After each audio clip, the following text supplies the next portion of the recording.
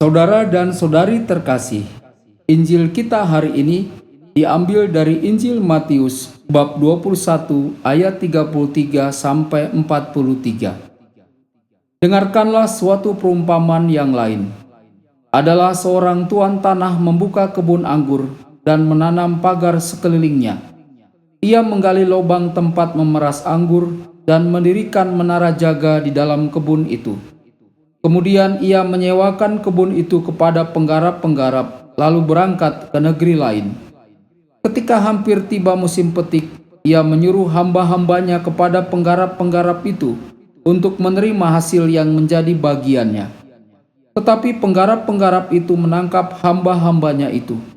Mereka memukul yang seorang, membunuh yang lain, dan melempari yang lain pula dengan batu. Kemudian tuan itu menyuruh pula hamba-hamba yang lain, lebih banyak daripada yang semula. Tetapi mereka pun diperlakukan sama seperti kawan-kawan mereka.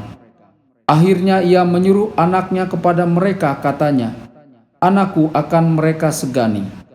Tetapi ketika penggarap-penggarap itu melihat anaknya itu, mereka berkata seorang kepada yang lain, "Ia adalah ahli waris, mari kita bunuh dia, supaya warisannya menjadi milik kita." Mereka menangkapnya dan melemparkannya keluar kebun anggur itu, lalu membunuhnya. Maka apabila tuan kebun anggur itu datang, apakah yang akan dilakukannya dengan penggarap-penggarap itu? Kata mereka kepadanya, "Ia akan membinasakan orang-orang jahat itu, dan kebun anggurnya akan disewakannya kepada penggarap-penggarap lain yang akan menyerahkan hasilnya kepadanya pada waktunya." Kata Yesus kepada mereka, "Belum pernahkah kamu baca dalam kitab suci, batu yang dibuang oleh tukang-tukang bangunan telah menjadi batu penjuru? Hal itu terjadi dari pihak Tuhan, suatu perbuatan ajaib di mata kita. Sebab itu aku berkata kepadamu, bahwa kerajaan Allah akan diambil daripadamu dan akan diberikan kepada suatu bangsa yang akan menghasilkan buah kerajaan itu." Berbahagialah orang yang mendengarkan sabda Tuhan dan tekun melaksanakannya. Sabdamu adalah jalan, kebenaran dan hidup kami.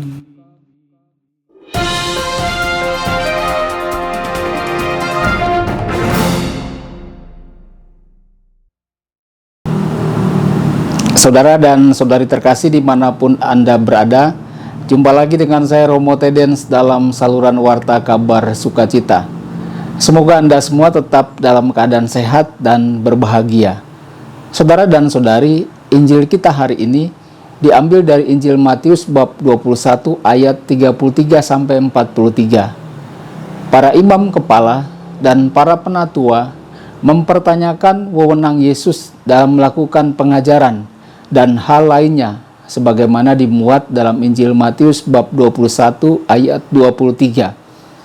Lalu Yesus masuk ke bait Allah, dan ketika Yesus mengajar di bait Allah, datanglah imam-imam kepala serta tua-tua bangsa Yahudi kepadanya dan bertanya, "Dengan kuasa manakah engkau melakukan hal-hal itu? Dan siapakah yang memberikan kuasa itu kepadamu?" Para imam kepala dan para penatua menganggap diri mereka sebagai penjaga segala sesuatu, dan mereka tidak ingin siapapun untuk melakukan apapun tanpa seizin mereka. Saudara dan saudari, tanggapan Yesus kepada mereka terbagi ke dalam 3 bagian. Bagian pertama termuat dalam Injil Matius bab 21 ayat 24 sampai 27. Jawab Yesus kepada mereka, "Aku juga akan mengajukan pertanyaan kepadamu, dan jikalau kamu memberi jawabnya kepadaku, aku akan mengatakan juga kepadamu, dengan kuasa manakah aku melakukan hal-hal itu. Dari manakah baptisan Yohanes? Dari surga atau dari manusia?" Mereka memperbincangkannya di antara mereka dan berkata, "Jikalau kita katakan dari surga, ia akan berkata kepada kita, 'Kalau begitu mengapa kamu tidak percaya kepadanya?' Tetapi kalau kita katakan dari manusia, kita takut kepada orang banyak, sebab semua orang menganggap Yohanes ini nabi." Lalu mereka menjawab Yesus, "Kami tidak tahu." Dan Yesus pun berkata kepada mereka, Jika demikian, aku juga tidak mengatakan kepadamu dengan kuasa manakah aku melakukan hal-hal itu. Lalu bagian kedua termuat dalam Injil Matius bab 21 ayat 28 sampai 32. Mengisahkan perumpamaan tentang dua orang anak. Para pemungut cukai dan para pelacur mendahului para imam kepala dan para penatua untuk masuk ke dalam kerajaan Allah. Karena para pemungut cukai dan para pelacur percaya kepada Yohanes Pembaptis. Sementara para imam kepala dan para penatua tidak percaya akan kebenaran yang diwartakan Yohanes Pembaptis. Dan bagian ketiga termuat dalam Injil Matius bab 21 ayat 33 sampai 46 mengenai perumpamaan tentang penggarap kebun anggur yang merupakan Injil minggu ini. Ayat 33 sampai 40. Perumpamaan dimulai oleh Yesus sebagai berikut. Ada seorang tuan tanah membuka kebun anggur dan menanam pagar sekelilingnya. Ia menggali lubang tempat memeras anggur dan mendirikan menara jaga di dalam kebun itu. Perumpamaan ini adalah ringkasan indah tentang sejarah Israel yang diambil dari kitab Nabi Yesaya bab 5 ayat 1 sampai 7. Yesus berbicara kepada para imam kepala, kepada para penatua dan orang Farisi. Yesus memberikan tanggapan terhadap pertanyaan yang mereka tujukan kepadanya mengenai asal-usul wewenangnya. Melalui perumpamaan hari ini, Yesus mengklarifikasi beberapa hal. Pertama, Yesus mengungkapkan asal-usul wewenangnya, yakni Dia adalah Putra Allah sebagai ahli waris. Kedua, Yesus mengecam penyalahgunaan wewenang para pemimpin, yakni para imam dan para penatua yang tidak peduli dan tidak mengurus umat Allah. Yang ketiga, Yesus membela wewenang para nabi yang diutus oleh Allah tetapi dibunuh oleh para imam dan para penatua. Keempat, Yesus membuka kedok otoritas agama yang memanipulasi agama dan membunuh putra karena mereka tidak ingin kehilangan sumber pendapatan yang telah mereka kumpulkan untuk diri mereka sendiri selama berabad-abad. Lalu ayat 41. Jawaban yang para imam dan penatua berikan kepada Yesus ditujukan untuk diri mereka sendiri. Di akhir perumpamaan, Yesus bertanya, "Sekarang, ketika pemilik anggur datang, apa yang akan dia lakukan kepada penyewa-penyewa itu?"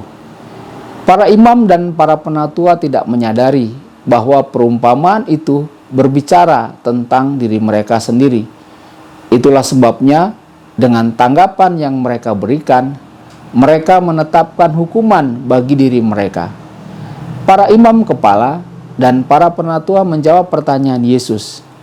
Ia akan membinasakan orang-orang jahat itu, dan kebun anggurnya akan disewakan kepada penggarap-penggarap lainnya yang akan menyerahkan hasil pada waktunya.